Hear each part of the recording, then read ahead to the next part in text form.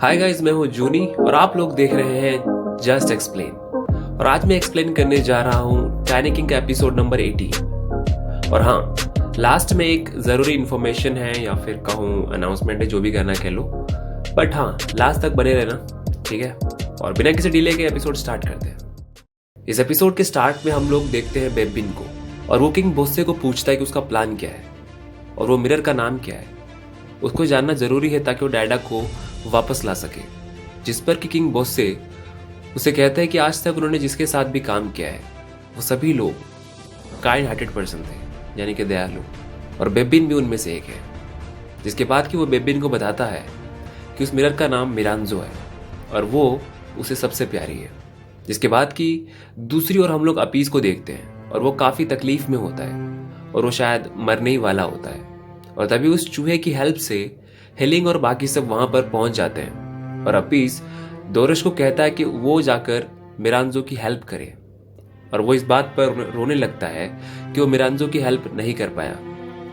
जिस पर कि हीलिंग वहां पर पहुंच जाती है और वो उसे हील कर देती है और उसे कहती है कि उसे जो भी करना है वो करे। वो ऐसा इसलिए कहती है क्योंकि उसे ट्रस्ट है कि वो लोग जो भी करे उन सब को बोजी बचा लेगा, और उसे इस बात पर काफी ट्रस्ट है। जिसके बाद कि वहां पर डोमैस और हाकुरो उनसे टकरा जाते हैं, जो कि बोजी को ढूंढ रहे होते हैं यहाँ वहाँ। और वो लोग हेलिंग को देखते ही क्विकली उसे सॉरी कहते हैं और वो कहते हैं कि वो लोग अब बोजी के लिए अपनी जान देने के लिए तैयार हैं, यानी कि अब उसे वो लोग पूरी शिद्दत के साथ प्रोटेक्ट करेंगे, बस वो उन्हें एक बार चांस देकर देखे। जिसके बाद कि हेलिंग उन्हें माफ कर देती है और वो उनसे बोजी के बारे में पूछती है। जिसके बाद कि हाकुरो उन्हें बताता है कि आखिरकार नीचे हुआ क्या, मतलब अंडरवर्ल्ड के मिलिट्री से आखिरकार बोजी कैसे लड़ा, कि किस तरीके से सामना किया बोजी ने।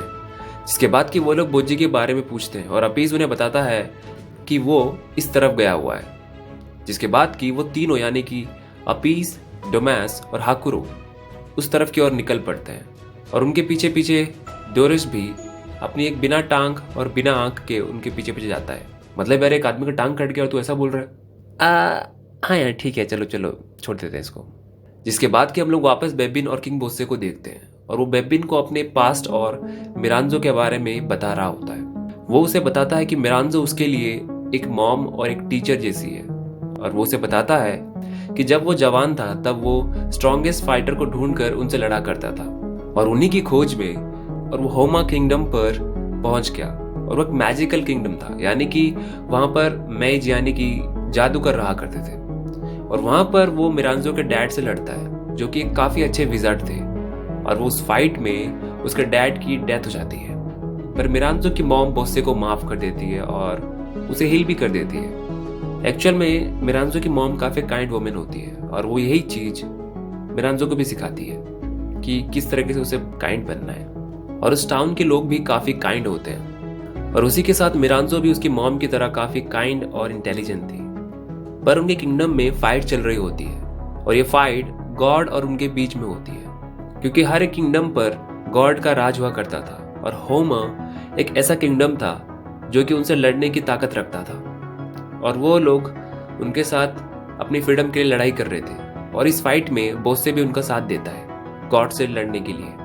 वो लोग कई बार जीतते हैं, पर अपनी फ्रीडम को पाने के लिए उन्हें कंटिन्यूसली जीतते रहना पड़ेगा। इसीलिए वो लोग एक दूसरे किंगडम जाते हैं हेल्प मांगने के लिए, और उस किंगडम का नाम होता है गाइजुका किंगडम। और वहां के लोग होमा के लोगों से बहुत ही अलग होते हैं, क्योंकि वो लोग बहुत ही बुरे कंडीशन में होते हैं, मतलब ढंग से खाने पीने को भी नहीं मिल रहा वहां पर। तो होमा के लोग उनके साथ अपने नॉलेज और सब कुछ शेयर करते हैं और इससे गाइजुका को बहुत फायदा होता है, यानी कि वहां के किंगडम के लोगों को। पर बात तो वही है ना, तुम एक चोर को अगर पढ़ा लिखा दोगे तो चोरी करना थोड़ी ना छोड़ेगा, वो तो और शातिर चोर बन जाएगा। और यहाँ के लोग तो साले दोगले होते हैं, यानी कि जिधर हवा चली उधर के ये लोग। तो इसीलिए गाइजुका किंगडम के लोग होमा के लोगों की हेल्प नहीं करते और वो लोग गॉड के साथ मिलकर उन्हें धोखा दे देते हैं। और उसी के साथ साथ वो लोग मिरांजो की मॉम पर भी हमला करते हैं और उसे मार देते हैं और मिरांजो के साथ तो बहुत बुरा हाल करते हैं। मतलब इसीलिए कहते हैं जरूरत से ज्यादा दयालु बनोगे ना तो लोग मार लेंगे, ठीक है। चलो छोड़ो। और तभी सीन चेंज होता है और हम लोग कागे को देखते हैं और वो मिरर पर अपनी छोटी सी तलवार तान देता है और दूसरी ओर बोजी और ओकेन से लड़ रहा होता है, पर वो काफी थक चुका होता है। और तभी ओकेन बोजी पर अटैक करने के लिए बढ़ता है कि वहां पर कैप्टन और डेस्पा आ जाते हैं। और डेस्पा बोजी को कहता है कि वो बहुत अच्छा लड़ा और उसे उस पर प्राउड है और उसे खुद को कोसने की जरूरत नहीं है कि वो पावरलेस है, वो टाइम के साथ और अच्छा बनता जाएगा। जिसके बाद कि कागे को मिरर पर बहुत गुस्सा आता है और वो उसे कहता है कि मैं तुम्हें तोड़ दूंगा। और मिरांजो कहती है कि तोड़ दो, मैं कुछ कर भी तो नहीं सकती खुद को बचाने के लिए। और मिरांजो की बातें सुनकर कागे को काफी इरिटेट हो रहा होता है। वो होते हैं ना दिल जले आशिक, मतलब होता है ना, मतलब अगर तुम उनसे पूछोगे अबे क्या है तू, उनका जवाब होगा हाँ क्या हूं मैं। अरे पूछ रहा है कि बता रहा है बे, अंदर बता। आप जो पूछोगे उसको उल्टा करके वापस आप ही से पूछेंगे।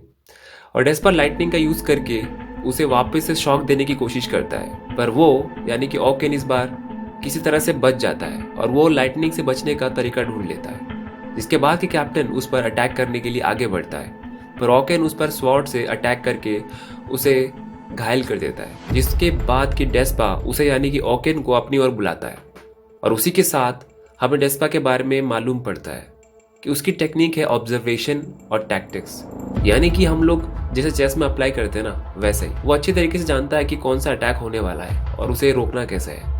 और उसकी बॉडी उसका साथ नहीं देती, यानी कि वो फिजिकली काफ़ी पावरलेस है, जैसे कि एक बार बोजी हुआ करता था। जिसके बाद कि ओकेन उस पर अटैक करता है और डेस्पा उसे ग्रैब कर लेता है और वो ऐसा इसलिए करता है ताकि इस बार खुद को और उसे लाइटनिंग से हिट कर सके। पर तभी उसे एक तरीके से हेलुसिनेशन होने लगता है और तभी उस मौके का फायदा उठाकर ओकेन डेस्पा को तलवार से मार देता है, जिसको देखकर कि बोजी काफी फ्यूरियस हो जाता है और वो ओकेन पर नॉन स्टॉप अटैक करता है। और दूसरी ओर उन्हें पता चलता है कि डेस्पा अभी मरा नहीं है, वो जिंदा है, क्योंकि ओकेन कभी भी अपने अपोनेंट्स के वाइटल पॉइंट्स पर अटैक नहीं करता। मतलब सीधी सी बात में बोलूँ तो वो उन्हें डायरेक्टली मारने वाले अटैक नहीं करता, क्योंकि वो उन्हें मरते हुए देखना चाहता है, मतलब तड़पते हुए। और ओकेन फिर से खुद को हील कर लेता है, पर अब बोजी उसका सामना नहीं कर पा रहा होता है क्योंकि अब वो पूरी तरीके से एग्जॉस्ट हो चुका होता है। जिसके बाद कि वो कागे पर अटैक करने के लिए बढ़ता है और बोजी ओकेन को रोकता है, पर ओकेन उसके पैर पर अटैक कर देता है ताकि बोजी अब मूव ना कर पाए और वो बोजी को मारने ही वाला होता है। और कागे पैनिक होकर उसकी ओर बढ़ता है उसे बचाने के लिए, और बोजी उसे वहां पर आने से मना कर रहा होता है कि तभी कागे किसी तरह के एक बड़े सी ब्लैक क्रिएचर में ट्रांसफॉर्म हो जाता है और वो ओकेन को निगल लेता है। और इसी के साथ ही एपिसोड यहीं पर खत्म हो जाता है सैडली। तो क्या इस मूव के साथ ओकेन हार जाएगा और क्या वो लोग ओकेन से बच पाएंगे, देखते हैं अगले एपिसोड में।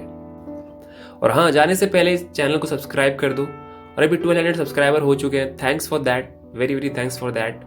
एंड बट मुझे 2000 सब्सक्राइबर चाहिए जल्दी से जल्दी, क्योंकि यार बाकी जगह तुम लोग कर देते हो, यहाँ पर करने में तुमको मौत आ रही है क्या कर दो ना सब्सक्राइब, क्या दिक्कत होगा तुमको, एपिसोड अपलोड कर तो रहा हूँ। और हाँ, अब बात आती है जरूरी इन्फॉर्मेशन की। तो मैं बता दूं कि टाइनी किंग के टोटल 23 एपिसोड्स हैं इस सीजन में। मतलब समझ रहे हो, मतलब आगे के एपिसोड्स धमाकेदार होने वाले, मतलब फाइट से भरपूर। तो एक भी एपिसोड मिस मत करना, ठीक है। मिलते हैं तब तक के लिए, टाटा।